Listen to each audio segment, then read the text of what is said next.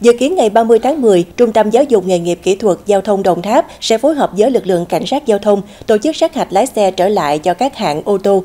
Hoạt động sát hạch được thực hiện tại sân sát hạch của trung tâm số 314 đường Lê Đại Hành, phường Mỹ Trà, sau khi sân sát hạch đủ điều kiện và vừa được Cục Cảnh sát Giao thông cấp phép hoạt động. Theo đó, sân sát hạch đã đáp ứng đủ điều kiện để tổ chức sát hạch lái xe các hạng B số tự động, B số cơ khí và C1, C. Ngoài ra, phương tiện và hệ thống thiết bị sát hạch cũng đảm bảo theo quy định. Như vậy, sau hơn 2 tháng tạm dừng hoạt động sát hạch lái xe ô tô để sửa chữa sân theo quy chuẩn kỹ thuật, Trung tâm Giáo dục Nghề nghiệp Kỹ thuật Giao thông Đồng Tháp sẽ trở lại sát hạch bình thường. Điều này tạo thuận lợi cho các thí sinh ở khu vực Đồng Tháp cũ trong việc đi lại và tham gia thi để lấy giấy phép lái xe. Các thí sinh chờ thi trong thời gian trung tâm dừng sát hạch sẽ được bố trí sát hạch trong tháng 11. Các thí sinh không đạt trong các đợt vừa qua sẽ được bố trí thi trong tháng 12.